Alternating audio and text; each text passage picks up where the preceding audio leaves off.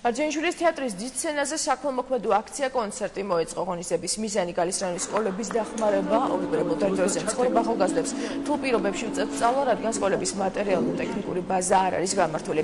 კონცერტიდან შემოსული თანხმობის ქართულმა მომღერლებმა მიიღეს მონაწილეობა, გალის რაიონის სკოლებს მოხმარდება.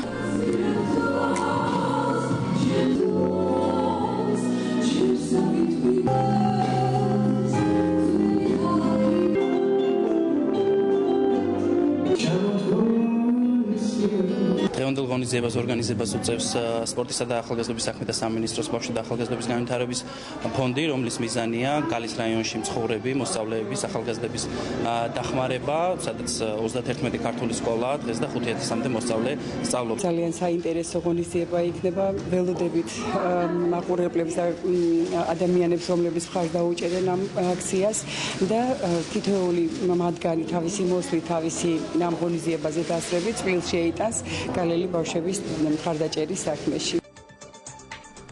მომდევნო დღისთვის დასრულებულია მე 14 საათამდე გემშვიდობებით დროებით.